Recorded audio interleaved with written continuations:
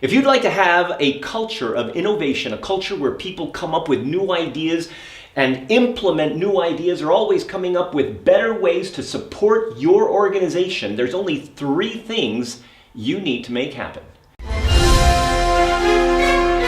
This is Arthur Carmazzi, best-selling author, currently ranked as one of the world's top 10 thought leaders in organizational culture and leadership, and welcome to the Nights of Transformation. So, what are the 3 things? There are basically 3 prerequisites to make this happen. So what is it? Well, first of all, the very first thing is trust. And you're gonna say, yeah, but how do we get people to trust you and all these different things? Well, here's the thing, There is something called, I don't know if it's really called that, but we call it this, all right? So this is our term, active trust. All right? Now, active trust means that, basically, no matter how much you don't trust someone, you actively trust them. You basically put yourself out there and you say, I am going to trust you, regardless of whether I actually trust you or not. Why is that important? Well, because, let me ask you a question.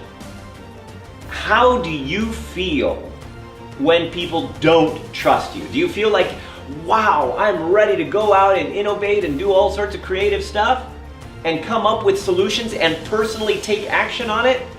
Not likely. No, I don't think so. So, what does that mean? That means that if you want to get people to trust you, you have to actively trust them so that they can, basically start to come up with some ideas. And so with these ideas, actively trust them to implement. Now, what happens if they fail? Well, this is where failing intelligently, another DC psychology concept, comes in, where basically you make them aware of the consequences, You make them solve the problem immediately. And when they solve the problem immediately, this is where they learn. Now, it's important that they solve the problem and not you solve it for them, And of course, the third one is help them to come up with an opportunity to prevent something like this from happening in the future. Now, there's a lot more on that in some of the other DC literature and other videos that we're talking about, where we talk about failing intelligently, but for now, just remember that active trust is an important part of creating an innovation culture. So, what is number 2? Well, if you're going to have trust, you can't have blame, right? You have to create a no-blame zone. Why? Well, can you remember the last time you were blamed? How empowered did you feel to actually take action on some new idea? It's like, oh my gosh, you just wait for people, it's like, I'm going to get blamed. Better I just wait for people to tell me what to do. You don't have anything to actually make things happen. You're just not excited. You're scared. And of course, back to the culture evolution that we have. If you have a lot of blame going on in your organization, you are at the lowest level of culture evolution. You have the blame culture, which basically has very little trust in it. So if you're going to develop trust, you got to create a situation where people are able to feel safe if they make a mistake. That means they don't get blamed. But Arthur, you say, what about accountability? And that's where failing intelligently comes in, to replace blame. Remember, help them to understand the actual consequences of what happened, help them to solve the problem, and help them to fix it for the future. Now, you can do this without blaming them.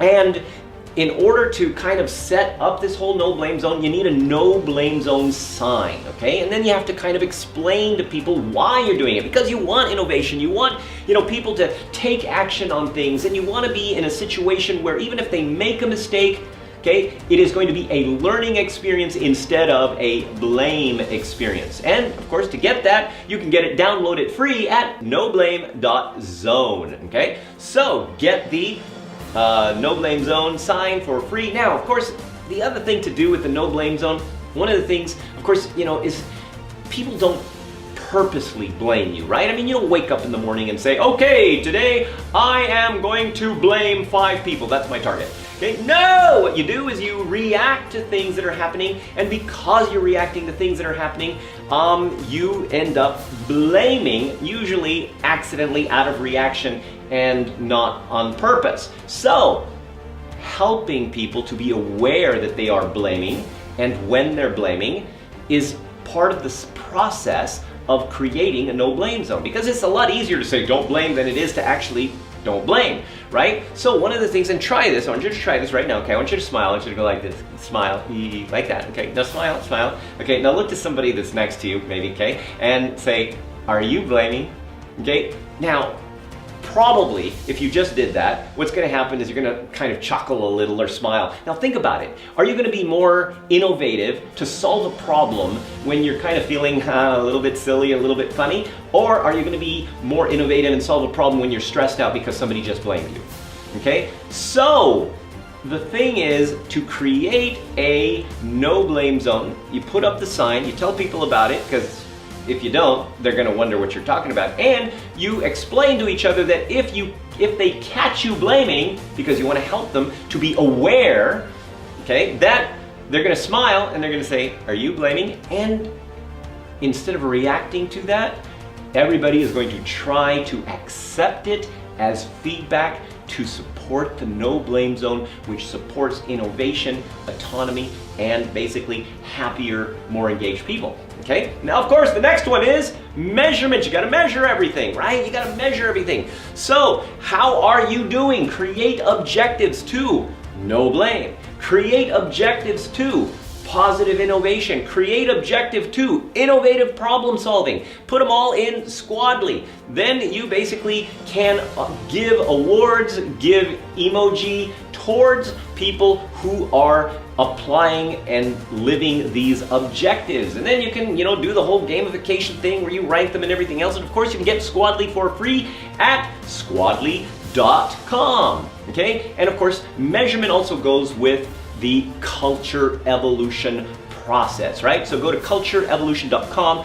You've got the culture evolution evaluation, which is basically a culture assessment. It tells you where you are and it benchmarks you at that level, and then you can go higher and higher as you go. You can take the test over and over again because that allows you to compare. Oh, where were we before? Where were we? Where are we now? And it helps you to see your progress. Guess what? When you see your progress, are you more excited? Of course you are, because you can see the progress. You can see how you're doing. And the same thing, whenever you measure stuff, whether it's Squadly or whether it's Culture Evolution, you can see how you are doing, which supports motivation, supports perpetuation of the entire process to creating an innovation culture.